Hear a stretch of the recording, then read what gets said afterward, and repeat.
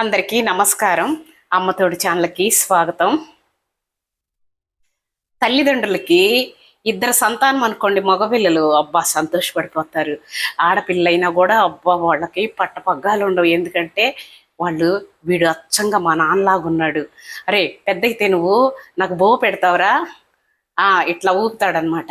చూడే పెడతాడంట నాకు, వీడు పెద్దోడైతే నన్ను చూస్తాడే, ఈడైతే ఈ చిన్నోడు అంతా మా నాన్నలాగా ఉన్నాడండి వీడు, ఏరా నువ్వు నాకు పెద్దోడైతే బో పెడతావా, పెడతా అని వాడు ముద్దు ముద్దుగా అంటాడు. చూసావా నాకు పెడతాడంట. అయినా సరే ఈ పిల్లలిద్దరిని ఎట్టయినా సరే మనం కష్టపడి చదివించుకోవాలి అని చెప్పి వాళ్ళు ఎంతో కష్టపడి ఎంసీఏలు ఎంబీఏలు చదివించి ఇంకా ఎక్కడి నుంచి తీసుకొస్తారండి ఇంకా ఆ పిల్లలకి అని అంటే అప్పు చేసైనా పెట్టాలి. ఎందుకంటే ఇంకొక సంవత్సరం ఉంది, ఈ సంవత్సరం ఉంటే వాడి కోర్స్ అయిపోద్ది, వాడు ఎక్కడో చోట బతికిపోతాడు అని తండ్రి అప్పు చేసి వాళ్ళని చదివించి వాళ్ళకి తగ్గ పిల్లల్ని తీసుకొచ్చి పెళ్ళిళ్ళు చేసి ఈ రోజున మాకు చావే శరణ్యం, చావే గతి. మమ్మల్ని వాళ్ళు చూడట్లేదు, కనీసం ట్యాబ్లెట్లకి డబ్బులు కూడా ఇవ్వట్లేదు అని చెప్పి ఆ తల్లిదండ్రులు నాకు ఒక పెద్ద మెసేజ్ ఒకటి పెట్టారండి నాకు కామెంట్ బాక్స్లో. నిజంగా చాలా పెద్ద మెసేజ్. అదంతా చదువుతుంటే నాకు కళ్ళమట నీళ్ళు వచ్చినాయి. ఎందుకంటే ఈ తల్లిదండ్రులు ఇంత కష్టపడి చదివించి ఈ రోజున కనీసం ట్యాబ్లెట్లకు కూడా డబ్బులు లేని వాళ్ళ కోసం, అలాంటి ఎదవల కోసం, అలాంటి నికృష్టుల కోసం చచ్చిపోతారా? వద్దమ్మా, చచ్చిపోబాకండి. వాళ్ళ కోసం మీరు ఎందుకు చచ్చిపోతారు? మీరు చచ్చిపోతామని లెటర్ రాసినా కూడా ఒకవేళ అందరు కలిసి ఒక ఇంట్లో ఉంటే మీ మొహం కూడా చూడరు. లేదా ఎక్కడన్నా వాళ్ళు వేరేగా మీరు వేరేగా కానీ ఉన్నట్టయితే కనీసం మీ దగ్గరికి కూడా రారు.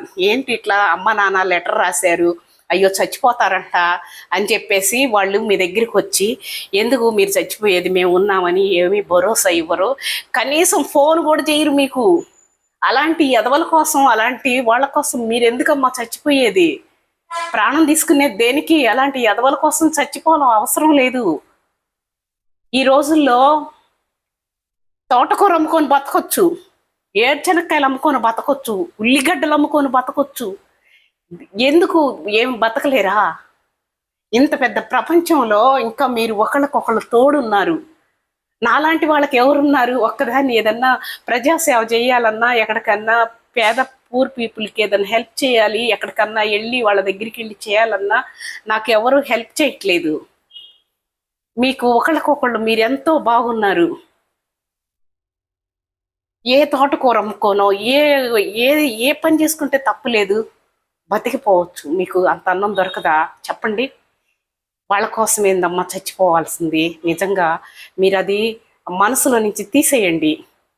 ఎందుకంటే చేతులు లేని అమ్మాయి రన్నింగ్ రేస్ చేసి, ఆ అమ్మాయి చేతులు లేవు, ఇలా ఇలా ఇలా ఊపుకుంటూ రన్నింగ్ రేస్ చేసి ఫస్ట్ వచ్చింది, విజేత అయింది.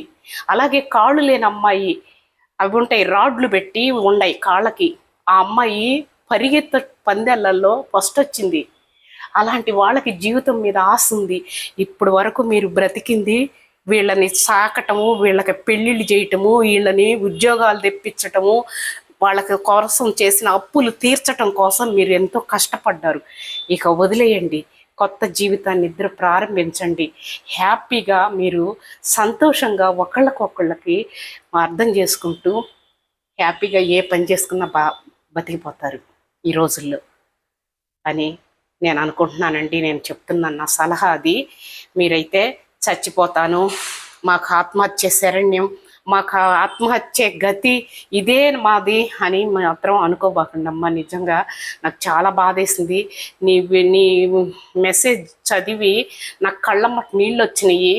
ఎందుకంటే దాంట్లో నాకు నేనే ఊహించుకున్నాను అనమాట. అలాగా బాధేసింది. మీరు ఆ పని మాత్రం చేయబాకండి.